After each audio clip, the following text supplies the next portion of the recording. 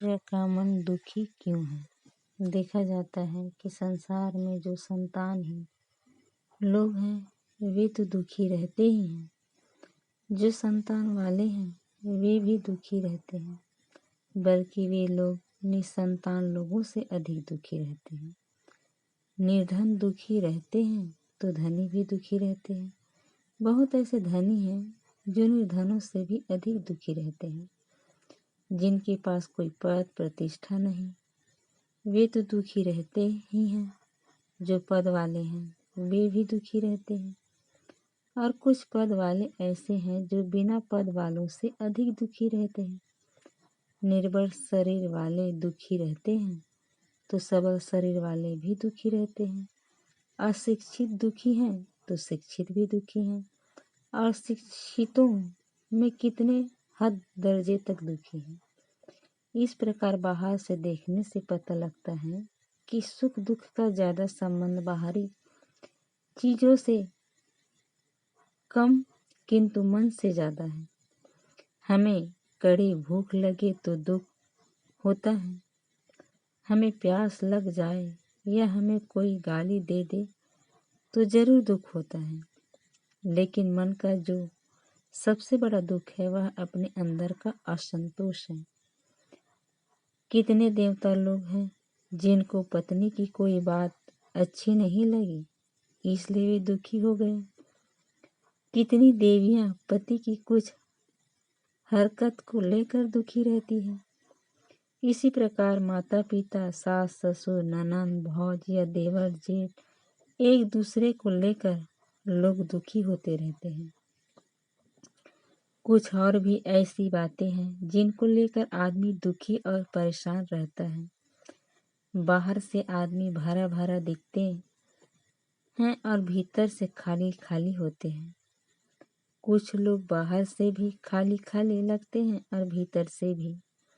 जिनके पास रहने के लिए मकान नहीं है, खाने पीने और कपड़े लत्ते की जिनके पास तंगी है, वे बाहर से खाली लगते हैं और भीतर से भी उन बेचारों को खाली रहना ही है, क्योंकि उनको असंतोष का दुख है। लेकिन बाहर से भरे पूरे लोग भी भीतर से खाली और दुखी नजर आते हैं। इसमें उनके मन का भयंकर असंतोष ही कारण है। कितने लोग बाहर खूब भरे पूरे हैं लेकिन भीतर से अत्यंत खाली और हमेशा पीड़ित रहते हैं। इसमें उनके मन का अज्ञान कारण है। इसलिए अपने मन को ठीक करना ही दुख से छूटने का उपाय है। इसके अलावा और कोई तरीका या उपाय नहीं है। अपने मन को समझाए बिना, अपने अंदर का अज्ञान छोड़े बिना अपने अंदर का आमर्ष और दुख जान ही सकता। इसलिए जिनको देखो वही दुख में गाल फुलाए बैठे हैं। घर घर में ताप इसी कारण है कि अपने मन का नहीं हुआ, इसलिए वे गाल फुला कर बैठ गए। इतनी बढ़िया जिंदगी जिसे हमें हंस हंस कर बिताना चाहिए, उसे गाल फुला फुला कर दुखी हो कर बिता रहे हैं। जिनको देखो वही मुख लटकाए दुखी हैं। खाने को न मिले तब दुखी हो तो बात समझ में आती है। कपड़े न मिले और नंगे रहना पड़ रहा हो और उसके कारण दुखी हो तो बात समझ में आती है। घर वाले सब घर में सो रहे और किसी को घर से निकाल कर बाहर कर दे, जिसे वह दुखी हो तो बात समझ में आती है कि भाई वह बहुत दुखी है। लेकिन जब खाने को भोजन है, पहनने को कपड़े हैं, रहने के घर हैं, फिर भी दुखी है, तो अब इसकी और क्या दवाई हो सकती है? अच्छी समझ के अलावा इसकी और कोई दवाई नहीं है।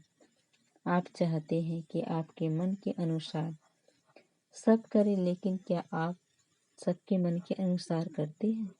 यदि आप नहीं कर पाते हैं तो दूसरे लोग भी आपके मन के अनुसार नहीं कर पाते हैं। इसको लेकर दुखी क्यों हुआ जाए?